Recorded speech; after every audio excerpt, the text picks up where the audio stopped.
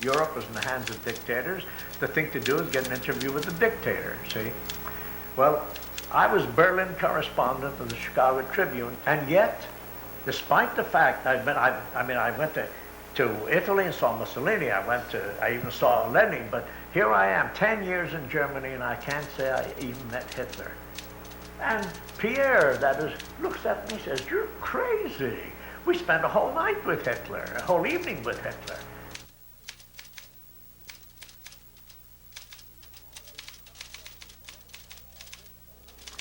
And a contract was drawn up by which the Hearst News Service was sold to the German papers for $400,000 a year.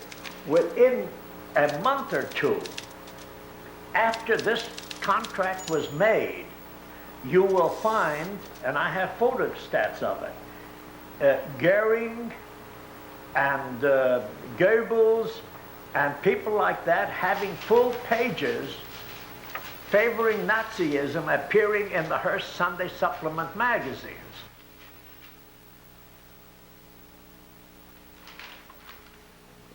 We can't talk of the Spanish Civil War. There was no civil war in Spain. There was an officers' uprising. I got there as soon as possible in '36. The second in our series about America's premier and suppressed press muckraker, George Seldes, tonight on Alternative.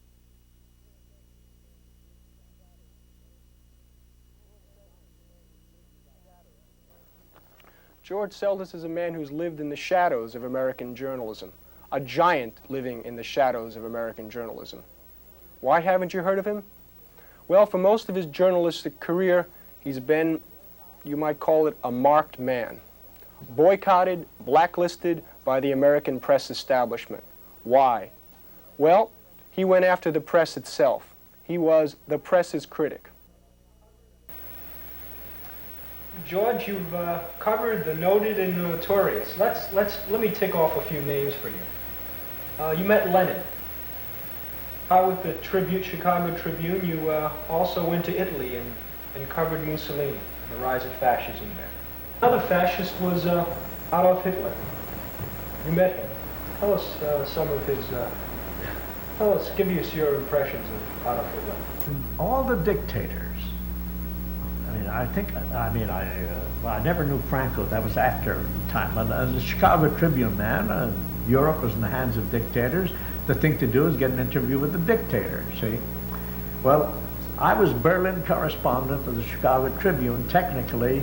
Well, I was officially there for, say, 5 years, and then I was made roving correspondent for Eastern Europe with headquarters in Berlin for 5 more years. In other words, for 10 years I was headquarters in Berlin. I had a beautiful suite of rooms, Hotel Adlon and all that. And I quit in 1929 when my order for my first book was, and I had a book published and all that. And some years, even after I'd quit, I was sitting with a lot of newspaper people reminiscing about, all had seen service in Berlin, and there was a man named Pierre Loving of the Hearst Service. He was then in the Washington Bureau of the Hearst Service. And I said, "Isn't it strange, Pierre? I've seen Hitler a dozen times. I've been to Nuremberg to the great festival, you know, that this, what's her name? Yes, that Reasons. And Leni Riefenstahl. Yes, that she choreographed. It was terrific. It was tremendous. He was wonderful, you might say, as a demagogue and those things." I said, and yet, despite the fact I went to Italy and saw Mussolini. I even saw Lenin. But here I am, 10 years in Germany, and I can't say I even met Hitler. And Pierre, that is, looks at me and says, "You're crazy. We spent a whole night with Hitler, a whole evening with Hitler." And I said, I don't remember anything. He said, "Do you remember when the Baron von, whatever his name was, the German ambassador to the United States, Baron von something, gave a party in the Wilhelmstrasse, in the Foreign Office, for the leaders of the different parties, you know, communists, socialists, monarchists, all of them were there, various leaders, And the journalists of all countries were a couple of hundred people there. There were about 100 members of the Foreign Press Club, the Verein Ausländischer Journalisten zu Berlin. We were all there. He says, don't you remember that everybody was nice and cordial? You talked to the different party leaders, but there was one sullen man sitting sort of all by himself. The man with the tiny mustache. Oh my, I said, all he says, guten Tag, guten Tag. When we came in, then we held out our hand and he sort of gave you a limp little hand, says, guten Tag, and you went away. And that is all the man did. And no, I mean, I say, he was so unnoticed that I would say to my great regret, although seeing him in action when he became this great leader and fascinated or whatever he did to millions of people, you know, and yet when he was this nobody, that's exactly what he was. In when was this? About 25. And 23, he had led the beer hall revolution. And I even have a poster, or at least somewhere, I don't know, you know, in which it said nationalists, anti-Semites. This is what it says. 4, 9. Meeting in nine Brauhaus. You know, each brewery had, you might say, a cafe where they dispensed their own beer.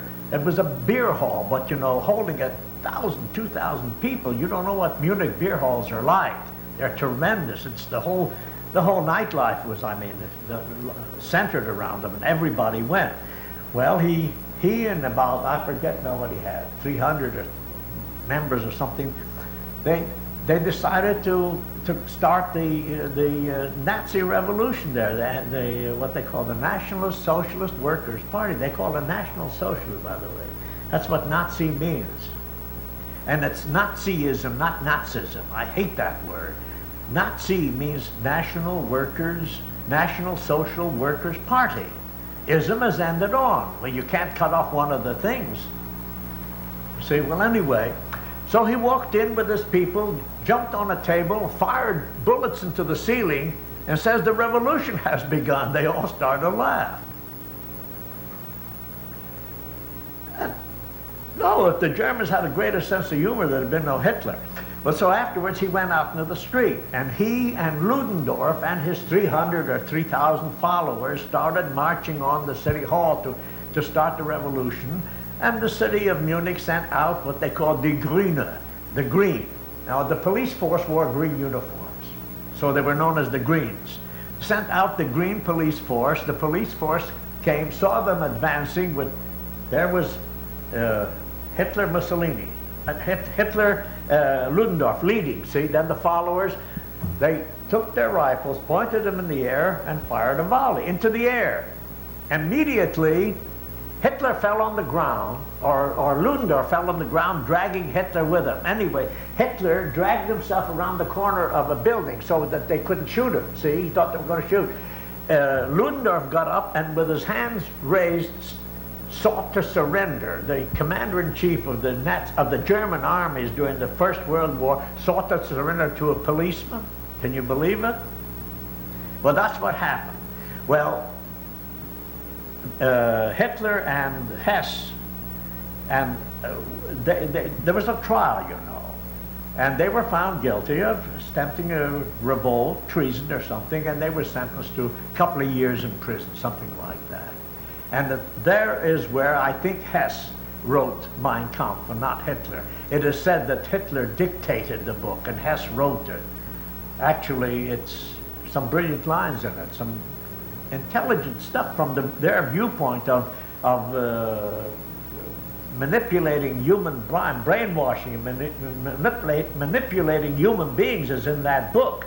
And I think it's Hess's idea. Hess was a brilliant man.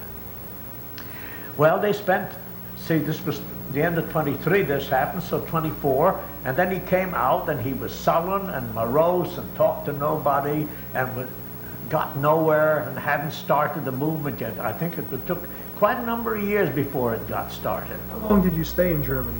I stayed there till January the 1st, 1929. So you actually, though, were there to see the rise of Nazism. Were you there Yeah. at the time of the subsidy and promotion of fascism by the German Well, that industrialists? was a secret. Who knows? You see, look, I lived in the Hotel Adlon. The richest man in Germany, one of the richest men in the world, also had a suite of rooms in that hotel. His name was Hugo Stinnes. I mean, Getty, this fellow Bunker who tried to corner, I mean, he was of that type. He was worth billions of dollars. Now, I wrote this for the Chicago Tribune on one of my trips home, but this is the kind of story that everyone in the world ought to know it. Who destroyed the German Republic? When I say that this man, Stinnes, the richest man, I think he had 600,000 workers in his steel and coal plants. He also had an interest or owned 63 newspapers. He had a part interest in some of the 4 big banks that were known as the D banks. You know, the Dresdner Bank, there were 4 big banks that were known as the D banks. He had an interest in that. How did he destroy Germany?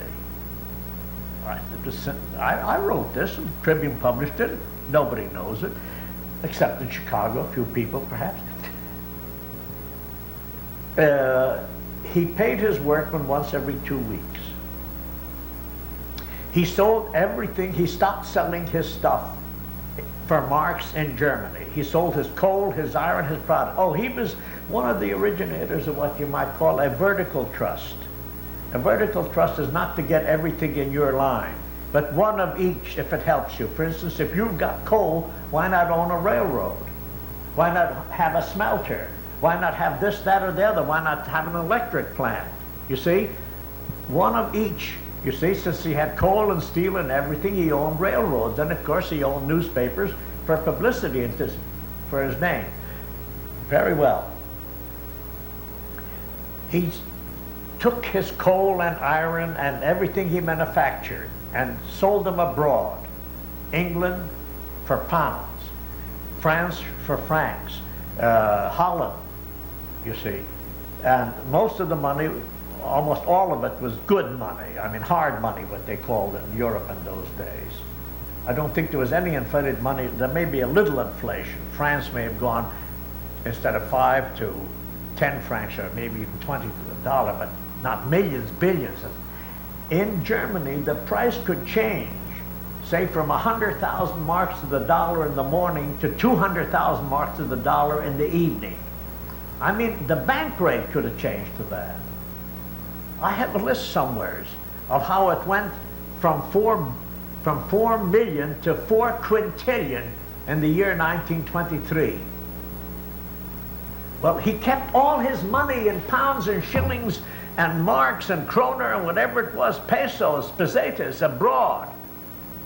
And when it came to paying his workmen, he would draw a check for, say, 1,000 pounds instead of 20,000 pounds or 100,000 pounds. Get the number of marks, trillions of marks, and pay his workmen in marks. And the workman would have to, as they say, take a baby carriage load of marks to buy a loaf of bread. Now he ruined his own country, because when Hitler came into power, it was on the slogan, we didn't lose the war, we were stabbed in the back. The profiteers and the so forth, and the people who ruined the inflation people, the international bankers, the Jews, the communists, the socialists stabbed us in the back. I mean, that was the big propaganda, you see. And it worked. And no one has ever told the truth about people. Thyssen did. Thyssen wrote a book called I Paid Hitler. The only man ever told the truth of the crowd. Now, Thyssen was Thyssen and the Krupps, these are the kind of people I'm talking about. Stinnes is the unknown man who was on the same rank, if not higher, than Thyssen and Krupp in those days. He was the big newcomer in industry. I mean, those things do happen. You don't have to be of a, you know, the old the old Vanderbilts or something like that. He was a newcomer, but he got it all. He was the richest man, as I say, in Germany. There was a certain period there when, after several years in which Nazism, see, the Nazi party was getting bigger and bigger and bigger, there was a general election in which they didn't collapse, but they suddenly fell, and the socialists took a big leap forward. I don't know which party. 1932. Yes. The Reichstag elections. Yes, that was it. Now, I think this is the time when Thyssen and the rest must have had their meetings, which I think it's the Brown Book of Nazism. There's a book which tells about these meetings of who the bankers were, you know, the Schroeder banks and the and Thyssen and all the rest. Now, Stennis also secretly was a big supplier of money for the Hitlerites. So you see National Socialism, not the Nazi movement, as a reaction to militants on the part of the working class and the success in the electoral elections by the socialists? Well, as at least an explanation in part. Obviously, I mean, look, after all, Ebert had taken a country that had been defeated. Imagine, defeated in the First World War, but it was a tragic defeat. Do you know that the French took every good railroad train and locomotive away and things like that? I mean, Germany was stripped bare, and in a few years from under Ebert, you know what? When I met Hindenburg, in which I said, "What are you doing now?" He says, "I'm a military. I take orders. My orders now come from the president, Ebert. I shall disband the army in according with his rules and retire to private life. I am now in the employ of President Ebert." That's what he said. And he meant it, I believe, maybe at that time, not afterwards. Well, power went to his head too, maybe. Maybe this is a good point to sort of make the lead. You wrote a book, you can't print that, where you talked about suppression and censorship in foreign countries. Yes. And especially the role of the press in failing to uncover and reveal the links between William Randolph Hearst and Hitler, the role of the Reader's Digest and the rest. You might be able to elaborate on those points. I never met Hearst, by the way, but his chief lieutenant in Europe was von Wiegand, Karl von Wiegand. We used to play poker, thank God for von Wiegand. When we were getting, I was getting $50 a week salary. I never got more than 60 from the colonel. Everybody else was getting 100 to 125. That was good foreign pay those days. Because the colonel figured out they all want to live in Europe, have a good time, living is cheap, give them European wages. The people on the Paris edition itself got 25 a week. People like Shirer and Sheehan, Vincent Sheehan and others, you see, some of them who became noted writers afterwards. Jolas, who started Transition, these were all, Henry Miller, who, you know, he was a proofreader for the Tribune, 25 a week they all got. Well, anyway, Karl von Wiegand got $375 a week from Hearst. He got 100 from the Cosmopolitan, 100 from the INS, 100 from the Hearst Service, 100 from the Knickerbocker Press, I don't know, the different Hearst organizations. I know he was $375 for this reason. We would play poker. He was the worst poker player I ever met because he had to be in every pot. So at the end, he would take out one of his checks, you see. So I kept noticing. He would say, I owe $75 tonight. So divide this among you and take out a $75 check. Or take out a $100 check. Has anybody got $25? You divide this among you, see. So Hearst magazine. Oh, the Hearst magazine was called the Hearst International, I think, at that time. Big magazine. Bigger than Cosmopolitan one time. Well, anyway, so he got that. Well, in 1934, and this is the story that Ambassador Dodd, I met Ambassador Dodd. I was a friend of his son and daughter, William Dodd Jr. and his daughter Martha. I still write to Martha. She's living in Czechoslovakia. Well, anyway, the idea was this. Hearst a meeting was arranged by von Wiegand at one of the spas, like, wherever, not Karlsbad, that's in Czechoslovakia. You know, the Bad, Karlsbad. No, Karlsbad is Czechoslovakia. One of the spas, you see. Hearst was there, Hamstandl was there, you know, Putzi, Hamstandl, who was the sort of press chief for Hitler. And a contract was drawn up by which the Hearst news service was sold to the German papers for $400,000 a year. Now, this is now in the libel suit afterwards with a magazine called Friday, owned by a man named Gilmore.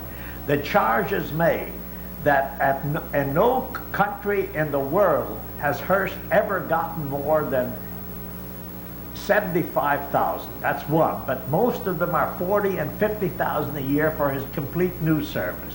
That the other $360,000 was a bribe. Well, that is merely what a lawyer says. But what you can find in pictures in this book is that within a month or two after this contract was made, you will find, and I have photostats of it, Goering and Goebbels and people like that having full pages favoring Nazism appearing in the Hearst Sunday Supplement magazines. You see, that's what I mean. If it wasn't a bribe, what was it? And then, of course, here they are. There are the pictures for you. And then Mr. Hearst wrote an editorial, signed it with his own name, in which he says that Hitler has revived the great spirit of the old German people, and they'll be a great nation again, and all like that, in favor of Hitler. I mean, I don't say that he went on and said the thing to do now is to massacre the Jews or invade Poland, and you see. Hearst wasn't alone in this. The Reader's Digest also wrote some very flattering things about... Well, the Reader's Digest, I simply, just reading the Reader's Digest, I came across articles saying what's good in Hitler Germany and things like that, which is pure, you might say, propaganda. And in those days, there's no question that the Reader's Digest is something I don't know anyone else except my newsletter, in fact, ever pointed out in issue after issue.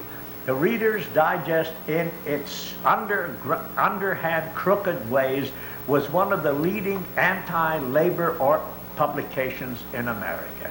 It had 2 or 3 well-known anti-labor writers, and they wrote articles against unionism and labor unions and all like that. There is no question of that. And well, I mean, as far as Hitler goes, here is the proof. Here is an issue of Reader's Digest. It says May 1938, and what have they got in the May 1938? A feature story by Stephen Robert, The House That Hitler Built. All in favor of Hitler. Now, that's one of them. Now here is an article by Douglas Reed. It says, What's Good in Germany? This is dated September 1938, the same issue. No, this is May 38, September 38. Now, or later on in 39, on Franco's side in Spain. On Franco's side in Spain, an article favoring, I didn't notice this. It says condensed from the New York Times. Anyway, it's by Ellery Sedgwick, who was the editor of The Atlantic, and who was as close as to fascist or Nazi as any American I know. So the bulk of the American press was pro-fascist and anti-labor. The bulk of the anti-labor. American press accepted the fascist statement that the other side was red. Did you ever attend a rally in Nuremberg? Yes, oh yes. Could you just sort of just paint some of the picture of what that was like, and what kind of a speaker, and what was the sort of atmosphere of one of those rallies? It's incredible that the man who crawled in the dust around the corner when they fired a volley into the air in 1923, by 30. Well, I was in Germany last in 31. I went back once or twice, you know, just for a few weeks just to see just what things were, or maybe for a chapter of a book or something. But I don't know when I attended this rally, but I know I was in the press section and the galleries. But there's no question that either the man had it hidden in him, or the hysteria of power drew it out of him. It's hard to believe that this, you know, he was a Feldwebel, meaning a corporal. He was a runner in the, you know, in the First World War. It's hard to believe that in so few years that he would stand up, you know, glorified as, I mean, as an enormous figure, addressing 100,000 people, and the Heil Hitler, and the surge of emotion which carried everybody away except the newspaper people, I might say. And I don't know, it could have affected him too. I mean, he was made by his own power. Jetzt sind es 90.000, 107.000, 137.000 und heute 214.000. George, the next topic I'd like to discuss with you is a very painful one, the Spanish Civil War, about which Albert Camus wrote, "It was in Spain that men learned that one can be right and yet be beaten, that force can vanquish spirit, that there are times when courage is not its own recompense. It is this, doubtless, which explains why so many men, the world over, regard the Spanish drama as a personal tragedy." Give us your thoughts. Toward the end of 36, the war began on July 19th, I believe, 36. That's, first of all, look, we can't talk of the Spanish Civil War. There was no civil war in Spain. There was an officers' uprising. I think the Spanish refer to these things as a pronunciamiento, where they take place in South American, Latin American countries. About, in the old days, they used to take place every Thursday and Wednesday or something like that. They took, I mean, all of it. Well, all that happened here was that the Republic had started in 31, and in 34, the reactionary elements actually won the election. Whether it was a fair election or not, I'm not going to argue whether there was ballot boxes broken or not, but and then Franco, by the way, was an officer of the Republic. Therefore, he committed treason in this rebellion. But before then, in 34, the Asturian miners had a rebellion because of the repressive situation there and mining conditions. If things are bad in Pittsburgh, you can imagine what they were in the Asturias. So whom did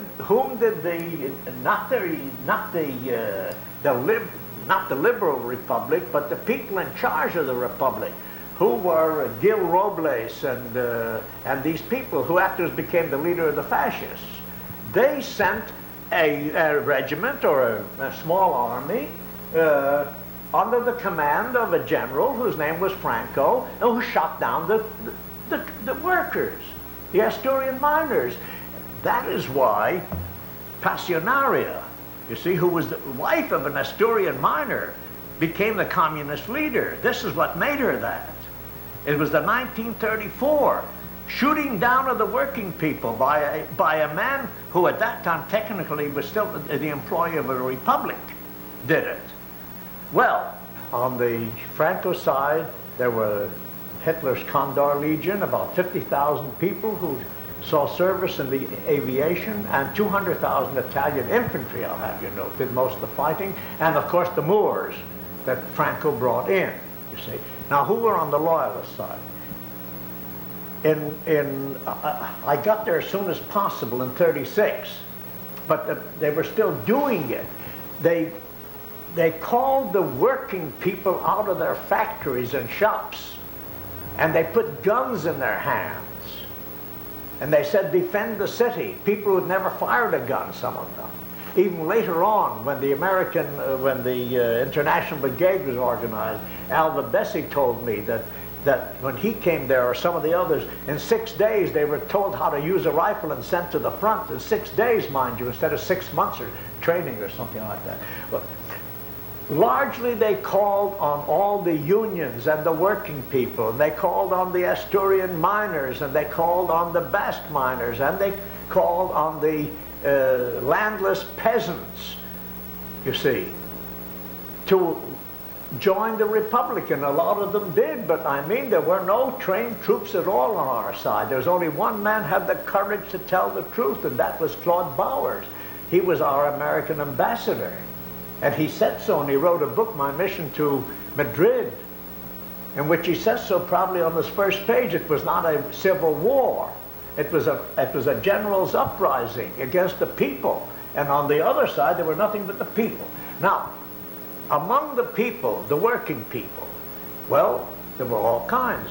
There were, it's true, a lot of people, a lot is made of the fact there were a lot of anarchists. Now, the truth is that there were almost no communists, say 15, 20,000. There were a larger number of socialists, but a very small fraction of the people. On the other hand, the FAI, which was the Federación Ibérica Anarquista, the anarchist federation of workers in Barcelona, practically they were called themselves. I don't know how much anarchists they were or whose followers they were, but they were an organization. I know they ran the streetcars of Barcelona, even during the war. They were anarchists, you see. Now, as far, the anarchists did not hesitate to burn the churches. I will say that. But on the other hand, the Republicans accused of burning the churches. And as far as I know, the Republicans didn't burn any church. I don't think the communists even burned churches. Certainly the socialists didn't burn any churches. Well, and certainly the common working people didn't burn their own churches. Those were stories that were circulated during the war about atrocities on the part of the Republican side. Atrocities. And the people who thought they were being fair said, well, there were atrocities on both sides. I mean, people who equate, you see, massacres on one side and 20 people taken out and court-martialed or shot on the other. I mean, look, I think that the Franco people, at least in the books now published in Spain, historical books, not written by radicals or Reds or anything, but the history, it says that in the first 10 years of Franco's rule, there were several 100,000 people in jail. In fact, everybody who had a blue mark here, and those are mostly working people, didn't know how to handle a rifle, and they'd get kicked back, you see. They were put in jail, and Franco executed at least 10,000 people a year for 10 years after the first 10 years after the war was over. This is not listed as an atrocity. No one ever mentions it or anything. Why? I don't know why. But the fact that the anarchists destroyed some churches, Bauer said, I looked at them all, and I knew that they were these black, by the way, black and red were their colors. And they didn't hesitate. I mean, the anarchists would, like, you know, nowadays they say there's a certain atrocity that takes place or terrorism, and so takes credit for it. Well, in the old days, as a rule, everybody kept quiet about things like that. But not the anarchists. The anarchists admitted it. They believed in a certain amount of terrorism, perhaps. Incidentally, the anarchist movement now under the new republic, and that's one of the things Passionaria told me about. It's, in fact, she got rather excited about it when she told me, she says, and one of the important things of today is that the anarchist movement has fallen verticalmente. And she sort of got up like this and with her hand, you know, which I thought was a very good gesture. Well, anyway, it was foreign troops, fascists, Nazis, against the working people and their allies, including anarchists, if you want to say so, who were this, that, and the other. I don't know. My father used to be called a philosophical anarchist or something, just because he didn't belong to one of the regular parties. And I had a sympathy for Prince Kropotkin, and if Tolstoy and Prince Kropotkin were anarchists, I mean, they were philosophers. Who financed Franco? Last year, I think it was, or 6 months ago, there was a series of articles in the New Yorker of the Duke of Alba and Juan Marsh, mostly about Juan Marsh, the people who financed Franco. Why did they finance Franco? Juan Marsh was one of the biggest bankers. He used to be a cigarette smuggler. He used to smuggle British cigarettes from Gibraltar into Spain. And he was in jail once. Then he became a banker. Then he became the biggest banker in Spain. The Duke of Alba was an illegitimate son of King James of England. He is the Duke of Berwick of England. He's a Fitzjames. Fitz meaning, yes. Well, he used to say, I can walk from Irun on the French border to Cadiz, U.S. naval base, south on the Mediterranean, without taking my feet off my own lands. That man owned millions of acres of land. He was a feudal landowner. The working people, especially the farm workers, had nothing.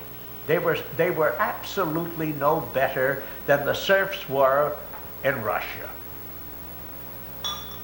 And that is the situation that the Republic tried to remedy. It is true that being a liberal republic and not being a radical republic, they didn't take radical measures. They went slowly, gradualism. Well, I mean, you know, there are many people with great ideas, great socialists. I mean, the Webbs, I think, Sidney and Beatrice Webb in England, the whole Fabian socialist movement of England believed in gradualism, didn't they, more or less? Well, it was too late in Spain. I mean, desperate diseases require desperate remedies, and they should have taken the land immediately. They did. That's why the Duke of Alba financed Franco, because they did take a large part of his millions of acres of land. And Juan March was simply the banker he was exposed in a series, imagine, this year or last year in the New Yorker, Juan March, the secret of the financing of Franco appeared this year, or within a year in the New Yorker. Did not appear in the New York Times at the time of the war, you know. What was the role of the American press during the Spanish Civil War? Covered itself with filth almost all from the first day of the war to the other. It was incredible. The red banner was pinned on the Republic, and that ruined the Republic. All the nations got together and passed a neutrality pact, that no foreigners would be allowed, and all the nations knew what was happening, and nobody took anything. Only 2 nations did anything at all for the Republic, and that was Mexico, which tried to send ships with food and medicines, which the United States government prohibited. They stopped the Mexicans. So Stalin did send perhaps a total, some people say 500, I mean, Thomas, read the books on the war, maybe 700. They had a few aviators, a few squadrons of aviators, I don't know how many. The 700, 500, or say 700, it had included doctors that they sent. It also included, I might say, a lot of police officers. And I mean, the fact that Stalin helped them doesn't mean that Stalin eventually didn't betray them and double-crossed them and all that, because he's only looking after one thing, and that was himself and his regime. And he sold them out, you see, to save Hitler from marching against Russia. That was what the 1931 pact was about. He absolutely sold out Spain, so Spain had no friends. Now, it is true that the day that Bowers came back from Spain, as he walked into FDR's office, before he even got to Roosevelt's desk, Roosevelt yelled to him across the big room, "Bowers, I think we were on the wrong side. I think I made a mistake." It's in Bowers' book that he admitted it before he even got to discuss the matter with him. But on the other hand, what did Mr. Bowers do? What did FDR do with Bowers? Bowers is a poor man. He sent him as ambassador to different places, so he couldn't write his memoirs till 10 or 15 years afterwards. Now Bowers, if someone would have grabbed him at that time, if there was some kind of an association with a little money and say, look, you deliver us here's $25,000. We want you to deliver 25 speeches in 25 cities and stir up the American people. When he came back with the news, it might have helped, but nothing like that was done. Take the case of the press. I told you the press was disgraceful. I happen to know, when I came back I was there 36, 37, came back the end of 37. I happen to know a Colonel Riley, R-A-I-L-E-Y-H-H, who happened to be the closest friend of Adolf, A.H. Sulzberger, Arthur Hayes Sulzberger, who had married Cox's daughter and was owner or editor or owner or main owner of the Times. And we were talking about this, and I was telling him about what was happening in Spain. He said, look, he said, I want you to talk to Sulzberger. So he took me to what? Lotus Club? Would that be about one of the biggest clubs in New York City? One of the real swanky places, one of the best for the, you know. Took me to the Lotus Club to dinner that is Sulzberger took, and he listened to me. And he said, well, you know, he says, I'm not a journalist, I'm a silk merchant, said Mr. Sulzberger. He said, I have given orders. I want both sides covered equally. You see? And then when you took up the paper, you would find the news from Spain with a headline. On one side, there would be a story with the name of Kearny, William Kearny, with the Franco troops. On the other side, Herbert L. Matthews with the Loyalist side. Now, let me give you an actual episode of what happened. On one side, Kearny wrote a story saying the Arganda Bridge was captured by Franco today. This is the last avenue that the Loyalists have, that Madrid has, of getting food, supplies, medicines, and ammunitions, and meaning it's the end of the war. On the next side, there is this eyewitness account. Mr. Matthews, I went with him, at the risk of his life, because they were shooting in the neighborhood, that's true. We went to the Arganda Bridge, and just to say that the story is not true, we crossed the bridge to the other side. The trucks were coming in from Barcelona. It's true that they were close by. We could hear machine gun fire. That's close. But the avenue was open. You see it all like that. Now, Mr. Sulzberger, not being an editor, his idea of fairness was to have a story saying the Arganda Bridge, see, and an eyewitness account saying it ain't so, balancing each other. That gives a fair play to both. You can't equate a total falsehood with an eyewitness account of a truthful event, can you? But that's, he told the people. Now it is true that, who was it, Talese? Who wrote this book, The Power and the... Gay Talese. Huh? Gay Talese. That's Gay right. Talese, yeah. He wrote this book in which it's the first time, although we knew it, these were known as the fascist phalanx in the bullpen. There were 4 assistant or 5 assistant editors. McCall was one of them.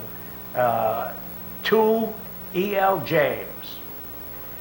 And they were, well, I'm not going to bring any religious men. I don't want to have any religious disputes about it. But they were Catholic, and the Catholic establishment in the United States had supported Franco. There was no question about it. That Franco claimed to be running a Christian crusade against godless communism. That is what he was running, the crusade, you see. And that he was no doubt backed by the Vatican. The Vatican afterwards, Pius XII, blessed the Italian troops that came back, you know. Well, anyway, this fascist phalanx, he says plainly that they were Catholics who slanted the news from their religious viewpoint. Because there were 700 people sent from Russia, they said there was a Russian army there. Now, no one has ever seen one Russian soldier. By soldier, I do not mean an aviator or a mechanic in the aviation unit or a member of the tank corps. I mean an infantryman. There was not one Russian soldier or infantryman. There were, if not 200,000, there were troops. I myself saw rounded up in a wire enclosure, although there was no reason for keeping him prisoner. They loved us. 1,200 Italians who came over to our side when the first 4 divisions ran away at the battle called the Battle of Guadalajara. That's another misnomer. It was the Battle of Brihuega, which was 10 or 15 miles. They tried to get to Guadalajara. They never got there. I was in Guadalajara waiting for them. They never got there. At Brihuega, they were stopped. They were stopped by whom? By the Italian working people of Madrid under a man named Carlos, General Carlos. His real name was Vittorio Vidali. He was a Trieste boy. He went and organized all the Italian working men in Madrid the day that Franco started the rebellion. And when he heard that there were Italian troops there, he went out with a megaphone. And there were 4 divisions trying to get to Guadalajara and surround Madrid. And he had, "Fratelli Italiani, we are your brothers. What are you fighting for?" You see, we're fighting for the welfare of all the people and all this. And you are fighting for Mussolini, who said you were being sent to Ethiopia on police duty. Well, it opened their eyes. They didn't even know they were in Spain, some of the first ones who landed there. They were getting 40 liras a day more, though. He did pay them more when he sent them abroad. So you say the press was... And the press, look, I mean, in that situation, when the Italian troops ran away, and we interviewed 1,200, we arrived, we talked to the Italians who said we're glad that it's over for us. We come back, 50 miles perhaps, or whatever it was, to Madrid, and there is the censor with a telegram addressed to Matthews of the Times saying, "Why do you say there are Italian troops in Spain? Carney says there aren't any." Carney, on the other side, had the Italian troops, sent a telegram that there were no Italian troops there, and Matthews, who with me were interviewing the Italian prisoners who had seen these 40,000 run away when Vidali talked Italian to them, get a telegram like this signed E.L. James, and I expose things like this, and the Times gives an orders never to mention my name or review my books because I tell the facts about how dirty and crooked they were in the Spanish War. It was James's fault. As I say, Mr. Sulzberger didn't even know what was happening. I mean, if anybody I ever hated in the newspaper business, I think I hated James a whole lot more than I would hate an out-and-out known crook like, say, William Randolph Hearst, who made a deal with Hitler for $400,000 for his news service.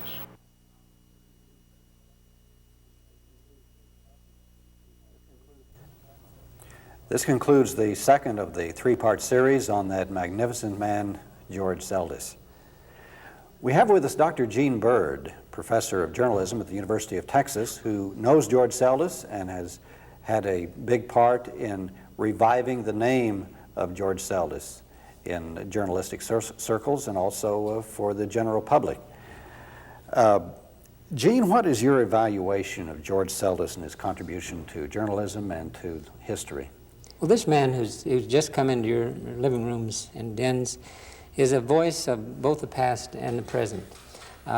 He's not only a man who is uniquely humble and I think courageous in his criticism of the press historically, and a critic of historians also, but he's a great and grand man who practices and continue to practice journalism. You note he is very unpretentious and he is refreshing in contrast to many of the pompous eyewitness anchor people we see on television.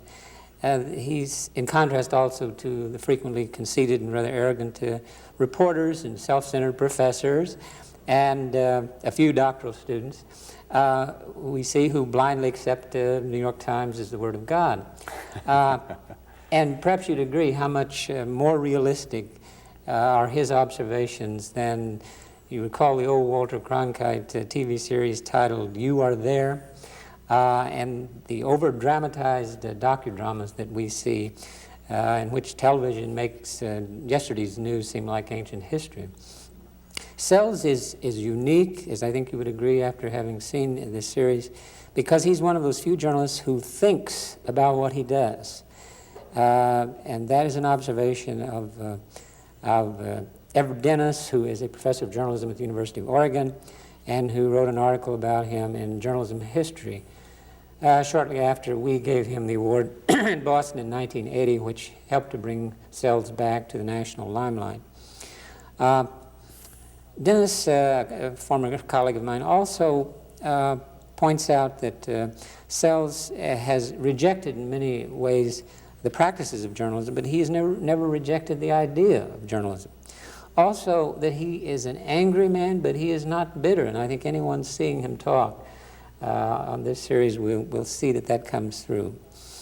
He's valuable to scholarship also because he does research, in a sense, by matching reporting with better reporting, often as a participant and as an observer of sorts, combined.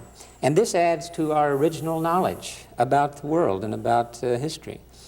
And in our own field of communications, as you may know, we too often, I think, rely just upon analyses of content, that is, what is reported, and on survey research methods as major research tools to tell us about what's going on in the world.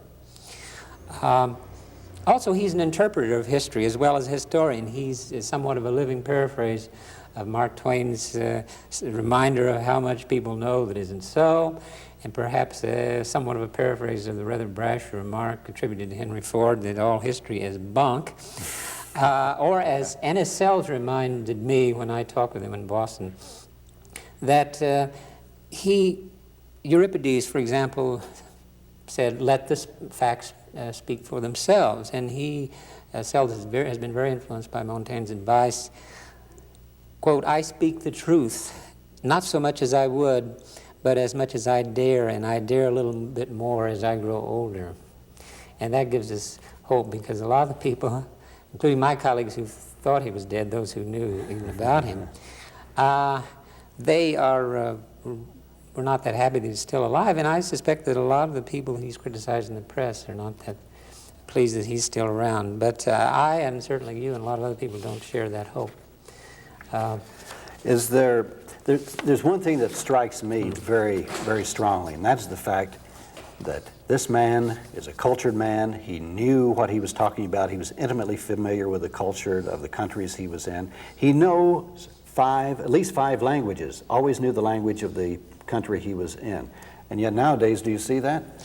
Well, frequently the criticism of the press today does not have that kind of depth for a number of reasons, perhaps, and this brings to mind the fact that he had an entree and a direct contact with many incidents and many sources that perhaps today modern public relations and modern press agentry may inhibit. So he did have that special kind of privilege. And one wonders what he's going to expose in his next book, or the book that will be next. It is an expose on public relations. And so perhaps that has to be taken into account in contrasting him to some of the more modern critics.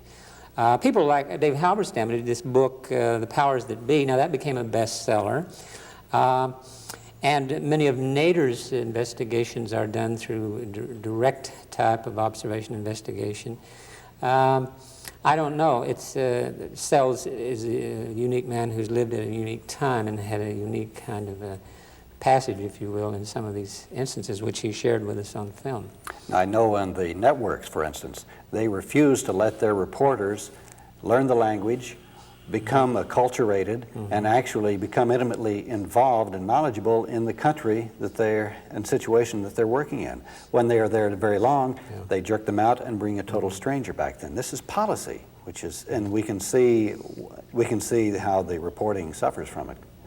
Well, again, I think that many of let's face it, he's heading for 100, and so that the practices of the media have changed, and I think many of his criticisms remain solid. The kinds of things he talked about in the 30s, many of these things are still true. Do you think do you think that the blatant censorship and distortion and lying still goes on? It's not as severe. I think that when he talked about press ethics in the 30s, they kind of poked fun at him. But probably there has been a general improvement in press ethics in general. But he is still, he was warning us, for example, in the 30s about the dangers from cigarettes, problems of alcohol, and so forth. And yet that is very timely today. He talked about internal threats from corporate pressures as compared even to the outside pressures from the government, and that's still relevant today. So perhaps some of the newer critics are different in some ways, but in other ways they're carrying on his tradition. Well, we'll see this tradition more intimately next week in our last section of this three-part series on George Seldes, because he'll tell us about his newsletter. In fact, he actually started a newsletter which had nationwide circulation, how it was destroyed by the McCarthy era, and he himself was hauled up before the McCarthy committee. He talks about the press distortions in covering revolutions going on in Mexico, and once again he talks about these things that the regular press ignored, like the cancer and cigarettes. And also the American concentration camps. They are with us and they are legal, and he exposed them first, and this is something that still isn't talked about in the regular media. So we have another full hour about George Seldes next week on Alternative Views. Good night.